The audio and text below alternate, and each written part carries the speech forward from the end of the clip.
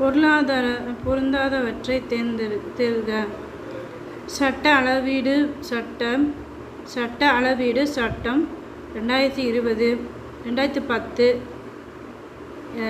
இந்திய தர நிர்ணய பயணியகம் 1986.